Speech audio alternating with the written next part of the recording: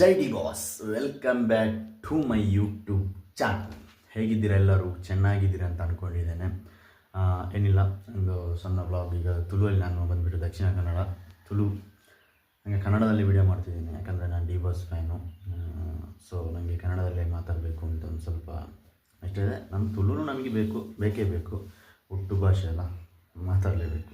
So ಏನಿಲ್ಲ, ನಿಮಗೆ ಒಂದು ಸಣ್ಣ ವ್ಲಾಗ್ ಮಾಡ್ಕೊಂಡು ಬರೋಣ ಅಂತ. ನನ್ನ ಫ್ರೆಂಡಿಗೆ ಫ್ರೆಂಡಲ್ಲ, ನನ್ನ ಭಾವನ ನೆನಪಾಗಿರ್ಬೋದು. ಮನೆ ಆಗ್ತಾ ಇದೆ, ಸೊ ತೋರಿಸ್ಕೊಂಡು ಬಿಡ್ತೀನಿ. ಡಿವಾಸ್ ನೋಡಿ, ಮನೆ ಇಷ್ಟರ ಲೆವೆಲ್ಗಿದೆ. ತುಂಬ ಇಲ್ಲ, ಔಟ್ ಸೈಡಿಂದ ನಾನು ತೋರಿಸ್ತೇನೆ.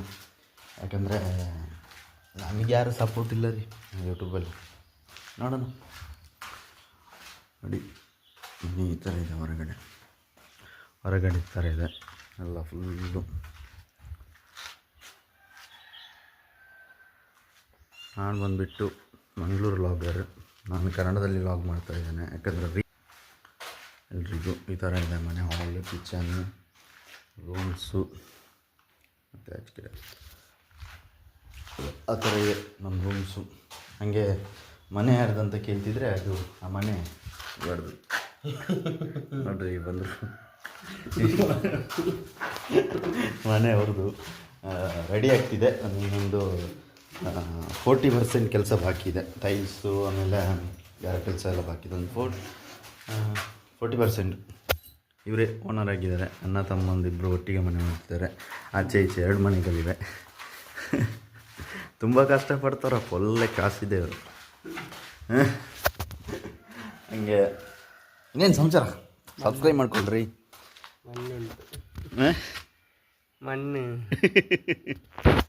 ಮಣ್ಣಿದ್ರೆ ಮನೆ, ಮಣ್ಣಿಲ್ಲ ಅಂದರೆ ಏನು ಮಾಡ್ತಿದ್ರಿ ನೀವು? ಹೌದಲ್ಲ ಅದು ನೋಡಿ, ಅಲ್ಲೇ ಒಂದಿದೆ. ಇದು ಇವರು ಅಣ್ಣ ಅವ್ರದ್ದು. ಸೇಮ್ ಒಂದೇ ಥರ, ಒಂದು ಅವಳಿ ಇದ್ದಂಗೆ. ಮತ್ತು ಇನ್ನೇನು ಸಮಾಚಾರ ಗೈಸ್? ಫಾಲೋ ಮಾಡ್ಕೊಳ್ಳಿ ಮತ್ತು ಸಬ್ಸ್ಕ್ರೈಬ್ ಮಾಡ್ಕೊಳ್ಳಿ.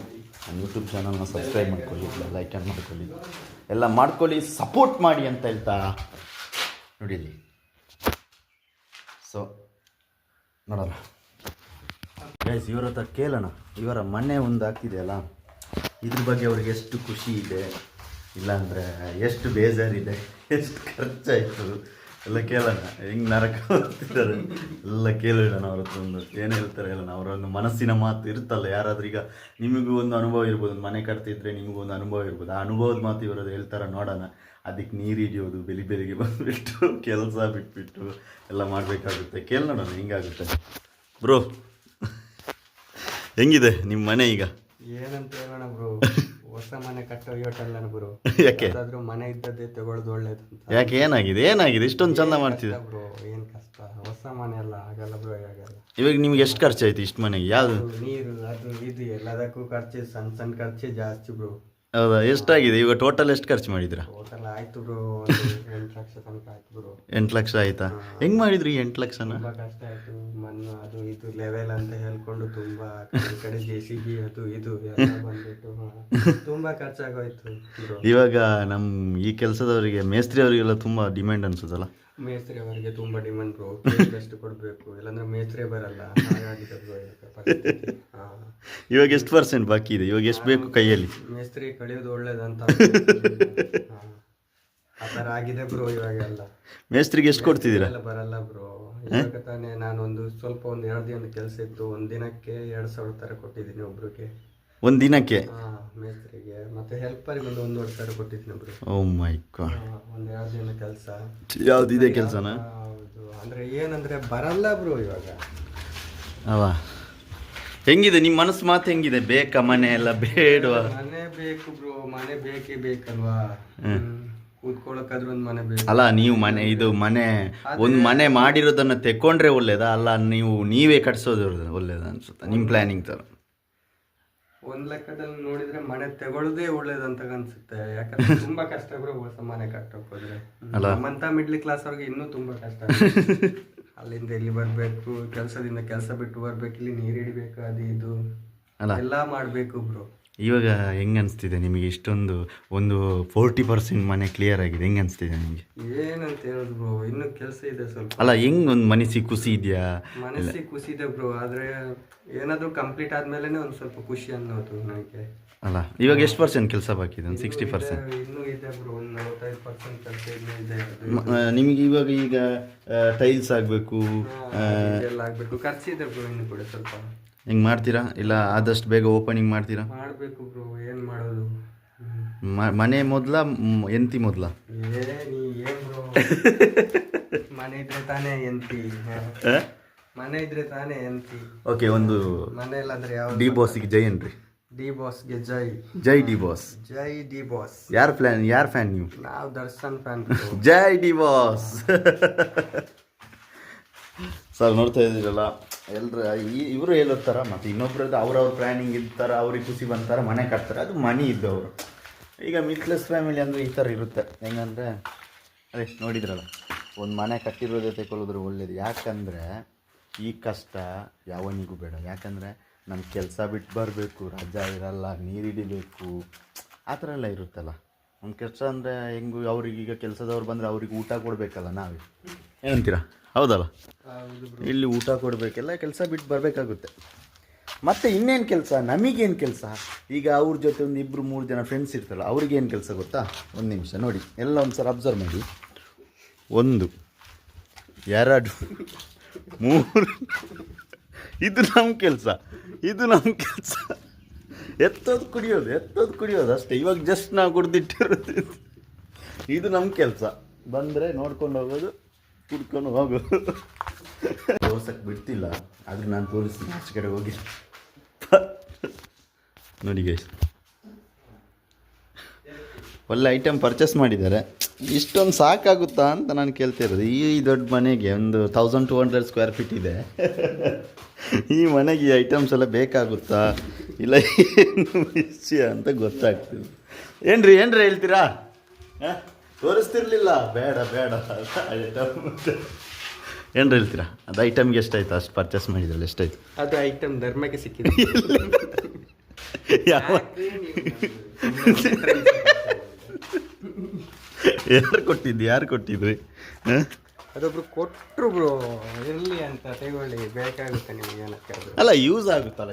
ನೀವು ನೋಡಿ, ಎಲ್ಲಿ ಟೈಲ್ಸ್ ಉಳಿದಿರುತ್ತೆ, ಎಲ್ಲಿ ಎಲ್ಲ ಐಟಮ್ ಉಳಿದಿರೋದನ್ನು ನಾವು ಹಾಕ್ಬೇಕು. ಯಾಕಂದರೆ ನಾವು ಮಿಡ್ಲ್ ಕ್ಲಾಸ್ ಫ್ಯಾಮಿಲಿ, ನಮ್ಮ ಹತ್ರ ಹೈಫೈ ಕ್ವಾಲಿಟಿ ಇಲ್ಲ, ಹೈಫೈ ಮಾಡೋ ಥರ ಇಲ್ಲ. ನೋಡಿ, ಇವರದು ಇದೆಲ್ಲ ನಮ್ದಲ್ಲ. ನೋಡ್ಕೊಂಡು ನಮ್ಮದು ನೀವು ರಿಚ್ ಇದ್ರಿ ಅಂತ ಆಡಲು ಹೋಗಬೇಡಿ. 4 ತೆಂಗಿನಕಾಯಿ ಗಿಡ ಅಷ್ಟೇ, ಅದರಲ್ಲೂ ನಾವು ಎಲ್ಲ ಹುರಿದ್ಬಿಟ್ಟಿದ್ದೀವಿ. ಪುನೀತ್, ನನ್ನ ಯೂಟ್ಯೂಬ್ಗೆ ಏನಿತ್ತು? ನಿಮ್ಮದು ಯೂಟ್ಯೂಬ್ ಬರೀ ಡಬ್ಬ ಬ್ರೋ. ನಿಮ್ಮದು ಏನು ಕ್ವಶನ್ ಅಂತ ಹಾಕ್ತೀರಾ ನೀವು ಸುಮ್ಮನೆ? ಅದು ಹಂಗೆ, ನಾವು ಫಸ್ಟ್ ಟೈಮ್ ಅಲ್ಲ ಮಾಡ್ತಿರೋದು.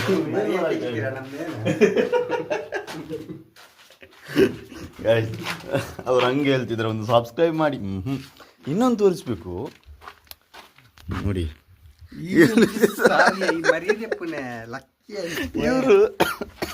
ಇವರಿಗೆ ಸಮಾಧಾನ ಇಲ್ಲ ಗೈಸ್, ಇವರಿಗೆ ಸಮಾಧಾನ ಇಲ್ಲ. ಬಂದು ಉಜ್ಜಿತಾರೆ ಗಡ್ಡ. ಮತ್ತು ಇಲ್ಲಿ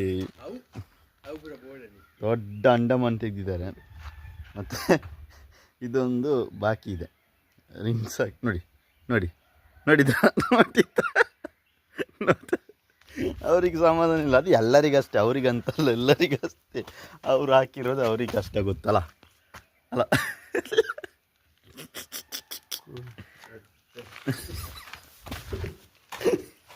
ಮನೆ ಕಟ್ಟೋ ಸಾಹಸ ಬೇಡ. ನೋಡಿ, ಹೊರಟ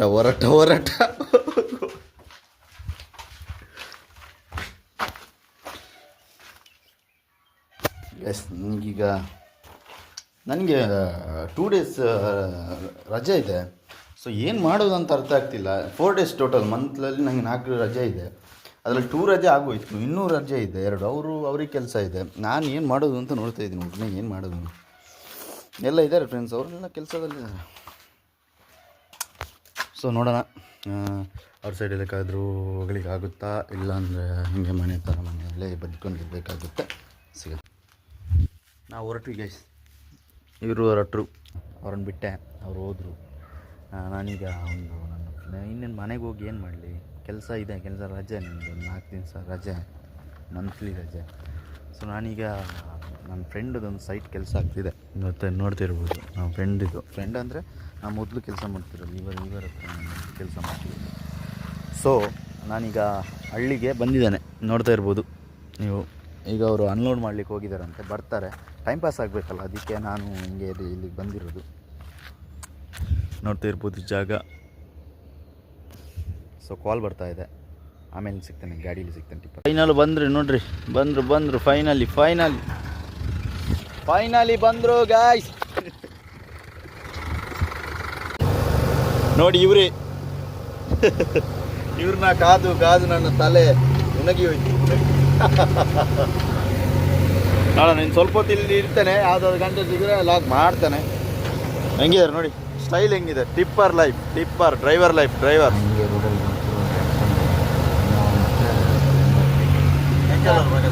ಹೆಂಗಿದ್ರಿ? ಆರಾಮ? ಹಾಂ ನೋಡ್ರಿ, ಇದೆ ನೋಡ್ರಿ. ಕಾಲ್ ಮಾಡಿರಿ.